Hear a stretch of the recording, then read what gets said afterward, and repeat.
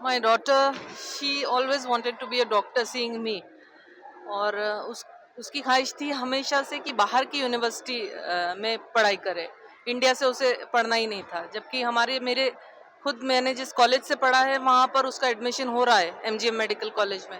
But she wanted to study abroad, और abroad में जो इतने चॉइसेस थे उसमें मुझे सबसे अच्छी चॉइस पूरे वर्ल्ड की मुझे चॉइस इजिप्ट लगी, क्योंकि मेडिसिन ओरिजिनेटेड फ्रॉम इजिप्ट। जो ममीज को ममीफाई करते हैं वो वर्ल्ड में कहीं नहीं, ओनली इन इजिप्ट हुआ है। तो जो साइंस की इजाद हुई है, जो वो मेडिसिन की इजिप्ट से हुई है, and it is one of the oldest universities to study medicine. और मेरे परनाना ने वहीं से पढ़ाई करके वापस आए थे। तो मेरी खानदान की एक और लड़की, फर्स्ट लड़की है जो हिस्ट्री रिपीट कर रही है, and she is going to study in the same university जहाँ से मेरे नाना ने पढ़ाई की। That's really wonderful, ma'am. You're a I am a gynaecologist. gynecologist. How did you find the syllabus? Syllabus is very good. India के syllabus से बहुत अच्छा पैटर्न है। बच्चों के ऊपर उतना प्रेशर नहीं है जैसे यहाँ पर जो 6 मंथ में सेमेस्टर वाइज एग्जाम्स होते हैं उसी स्टाइल में है, लेकिन एमसीक्यू पैटर्न से, जिससे आगे के सारे जो कॉम्पिटिटिव एग्जाम्स है वो ये बच्चे बहुत अच्छे से क्रैक कर सकते हैं। अभी अभी इंडिया में इस टाइप का पैटर्न नहीं आया। How did you decide कि नहीं ये जाने में कोई दिक्कत नहीं है? We did a research, actually talked to a lot of students over there, the seniors over there, and everyone was so helping, and I saw the course and everything. Hello, my name is Esha, and so I've been preparing for NEET for like twice now. I've given it twice, and then finally this time I decided that I wanted to go for Egypt. And one of the main reasons for that was because my ultimate aim was to sort of study abroad and get that exposure that is going to help me for my future goals, which is like USMLE PLAB. The main reason for selecting Egypt was that I've heard that it's a very prestigious university, first of all. It has a legacy of, the medical school itself has a legacy of over 100 years. It was established in 1925, if I'm not wrong. 1827. Yeah, 1827, and the medical university. So that was my very first reason. The second thing was the clinical exposure that you get there. That is, I do not think that that's at par with anything that you're going to get over here. They have a patient influx of 10 to 12,000 every single day, and their hospitals have like 3,000, 5,000 beds. That kind of clinical exposure is what's going to make you a good doctor, no matter how much you study. And then also another thing that I really liked about them was that they are not slack with their acceptance criteria. Like, you need to be at a certain level, like you need to score a certain amount of marks to get into these colleges, especially Cairo and Ain Shams, the top 4 colleges. So that what that ensures is that all your peers, they're all intelligent, competitive, driven people, and that is extremely important, especially in this field, because that's what's going to motivate you to do better. And then you get all of this at an extremely affordable range, which I think is like for MBBS. I do not think sort of investing a lot of money is that it would be a smart option. I think it all comes in a very affordable price range, and I really like that. And then, of course, the main reason for me was their syllabus pattern. The way that their syllabus is devised is very similar to how it's done in like USMLE. They have MCQ based patterns, which is like very good if you want to give USMLE or PLAB or German entrance examinations, whatever is your choice. So I believe like those were my few options, and it's like an amazing university, and it's in fact a little bit, I feel like it's even at par or better than the really good Indian universities, which is very evident by its world ranking, which is around, I think right now it was 200 to 250. That's a very good world ranking for a medical school. And yeah, so those were I did check out the syllabus. In fact, I started preparing a little bit as well, and I enjoyed the way that they have sort of paraphrased their entire syllabus. It's very concise and it's very neat. So they don't make you mug up entire anatomy, physiology, histology during 1 year. That can be very stressful for someone. If you actually want to understand, get into the concepts, the way that their syllabus is devised is like out of this world. I actually really enjoyed reading it. मैं Harish Kumar Sharma, father of सिद्धांत भारद्वाज। सो मेरा अपना business है, और last year मेरा Ukraine का decision था, Ukraine में ये फंस गया था, तो फर्स्ट ईयर इसने वहीं से कंप्लीट कर लिया था, लेकिन वो बैकफायर हो गया। तो मेरे पास बहुत सारे मतलब इवन ट्रांसफ़र के भी ऑफ़र थे, बट लेकिन मेरे लिए बहुत टफ कॉल थी कि मैं क्या डिसीजन लूँ। तो तभी मैं साइमल्टेनियसली डेली कुछ ना कुछ देख रहा था। तो एक दिन आपका वीडियो मैंने देखा, सो उसके बाद मेरे दिमाग में क्लिक किया कि मतलब मैं यूरोप को बिल्कुल छोड़ना चाह रहा था। मेरे दिमाग में बिल्कुल नहीं था, ना रशिया था ना कुछ भी।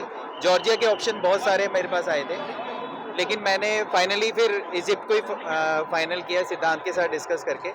और उसके बाद राणा जी ने मुझे सजेस्ट किया, और अजय जी से जब बात हुई और आपसे भी, तो मुझे अलेक्जेंड्रिया ज़्यादा अच्छा ऑप्शन लगा एज़ कम्पेयर टू मतलब अदर यूनिवर्सिटीज़।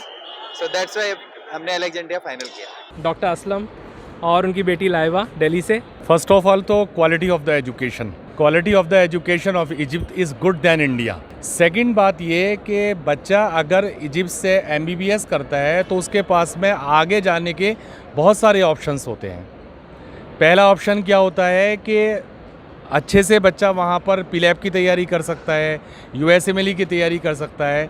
बट यूएसएमएलई और पीलैब की तैयारी वो इंडिया में रह के भी कर सकता है, बट जो करिकुलम है इजिप्ट में वो इंडिया से बेटर है, क्योंकि वहाँ जो इजिप्ट में कायरो यूनिवर्सिटी के अंदर जो एजुकेशन का करिकुलम है वो पीलैब एंड यूएसएमएलई बेस्ड है। अच्छा, वहाँ के जितने भी प्रोफेसर्स हैं वो सब यूएसएमएलई पास्ड हैं एंड पीलैब पास्ड हैं, तो उन लोगों के पास में एक्सपीरियंस बहुत ज़्यादा है बच्चों को पढ़ाने का। तो इंडिया में रह के भी यूएसएमएलई क्रैक कर सकता है, पीलैब क्रैक कर सकता है, बट वहाँ से जो है वो इजी हो जाएगा, क्योंकि करिकुलम जो है वो एमबीबीएस का यूएसएमएलई एंड पीलैब बेस्ड है। वैसे तो हम सातारा जिला से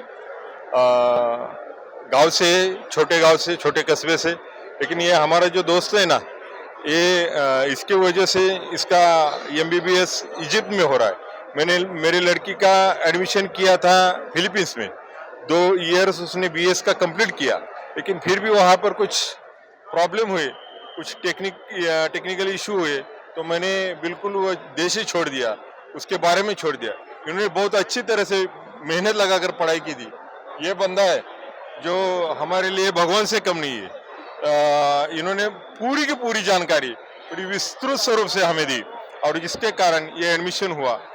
मेरी लड़की अभी इजिप्ट जाएगी, इजिप्ट में भी वहाँ जाएगी, वो खास तौर पे अलेक्जेंड्रिया, जिसे चुनने में भी हमारी मदद ये बंदे ने की। गौ माता को हम माता का दर्जा देते, माँ का दर्जा देते, उनके स्वामी भगवान भोलेनाथ, ये हमारे लिए ये आदमी वो बंदा है। सर वर्ल्ड रैंकिंग काफ़ी अच्छी है, और यूएसएमएलई और प्लैब का परसेंटेज पास रेशियो बहुत अच्छा है। पे गर्ल्स बहुत सिक्योर रहती है और सब अच्छा है वहाँ पे, ऐसे कुछ। हमने रिसर्च करा था तो इजिप्ट में सेकंड बेस्ट कॉलेज है, एंड इनकी पढ़ाई भी बहुत अच्छी है। इसका यूनिवर्सिटी भी चेकआउट करा तो बहुत बड़ा कैंपस है। एंड सिटी की बात करें तो बीच है, बीचेस है, और अच्छे अच्छे रेस्टोरेंट्स है, और अच्छी लिविंग है। Alexandria University, like it's one of the best university in Egypt. Plus, it's like academic wise, it is also the best university.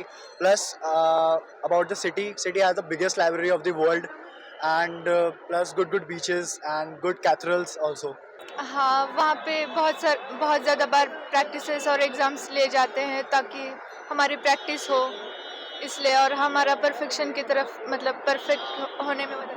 Campus बहुत ही अच्छा है, वहाँ का इंफ्रास्ट्रक्चर बहुत ही अच्छा है और मॉडर्न टाइप है। मेरी एक फ्रेंड है, वो ऑलरेडी वहाँ पे स्टडी कर रही है, तो उससे मुझे अच्छा ही फीडबैक मिला है कि मतलब टीचिंग अच्छी है और प्रैक्टिकल्स बहुत सारे होते हैं। तो ओवरऑल मेरे को बहुत सारा मतलब क्लिनिकल नॉलेज बहुत रहेगा, क्योंकि प्रैक्टिस बहुत होने वाली है। मतलब उनको जो लैब्स में प्रैक्टिकल्स होते हैं उसमें उनको आइडेंटिफाई करने के लिए बहुत सारे पार्ट्स रहते हैं, तो दिखने को मिलते हैं बहुत सारे। दूसरे बच्चों के लिए जो इंटरनेशनल बच्चे उनके लिए इंग्लिश में बैच रहती है। प्रॉपर इंग्लिश मीडियम बैच है। सिलेबस मैच किया था, इनफैक्ट एनएमसी ने अभी अपना सिलेबस शिफ्ट किया है। 3rd और 5th ईयर का, तो वो उनके जैसा उन्होंने कर दिया। जी एक्चुअली जब हम हमारे बच्चों को भेज रहे होते हैं तो ये एक बहुत बड़ा डिसीज़न होता है हमारे लिए कि हम उन्हें कहाँ भेज रहे हैं और किन के हाथों में हम 5 साल के लिए अपने बच्चों को सौंप रहे होते हैं। तो जब हमने विनय सर से बात की, इनके यूट्यूब पर जो चैनल्स हैं उनको सब्सक्राइब किया और देन उनको अपने लेवल पर भी हमने रिसर्च किया इजिप्ट के बारे में, तो हमें लगा कि इससे बेस्ट कुछ हो ही नहीं सकता है।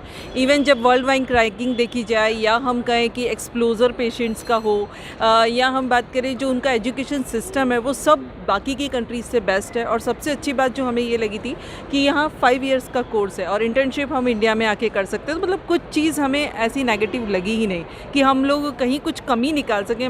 मुझे याद है मैं विनय सर को बोलती थी कि आप इतना कुछ पॉजिटिव बताते तो फिर क्यों नहीं रशिया के कंपैरिजन में हम इजिप्ट को कम सुन पाते हैं। तो कुछ ना कुछ तो ज़रूर नेगेटिव होता होगा। तो ये बोलते थे कि मैम कुछ भी नेगेटिव नहीं है। तो मुझे शुरू में तो बिलीव मी मुझे ट्रस्ट नहीं हुआ और मैंने अपने लेवल पर, डॉक्टर साहब ने और सानिधि ने भी, हम लोगों ने अपने लेवल पर बहुत रिसर्च किया और देन हम लोगों को खुद को भी लगा कि नहीं रियली इसमें नेगेटिव कुछ भी नहीं है और सब कुछ पॉजिटिव लगा, इसीलिए हम आज हमारे बच्चे को भेज रहे हैं। Thank you. देखो, एक तो सबसे पहले जो कायरो की जो वर्ल्ड रैंकिंग यूनिवर्सिटी काफ़ी अच्छी है, जो वर्ल्ड रैंकिंग है। उसके अलावा फ़ी स्ट्रक्चर भी जो है कंपैरिजन टू बहुत ही ज़्यादा नहीं है और मतलब जो लेवल ऑफ एजुकेशन है कंपैरिजन टू रशिया और जो सारी हमारी स्टडीज़ जो हमने रिसर्चेस की उसमें काफ़ी अच्छा है। मतलब एजुकेशन मेरा 10th तक का सऊदी अरब का ही था। मैं 10th में इंडिया नीट के लिए आया था लेकिन अनफॉर्चुनेटली क्लियर नहीं हो पाया।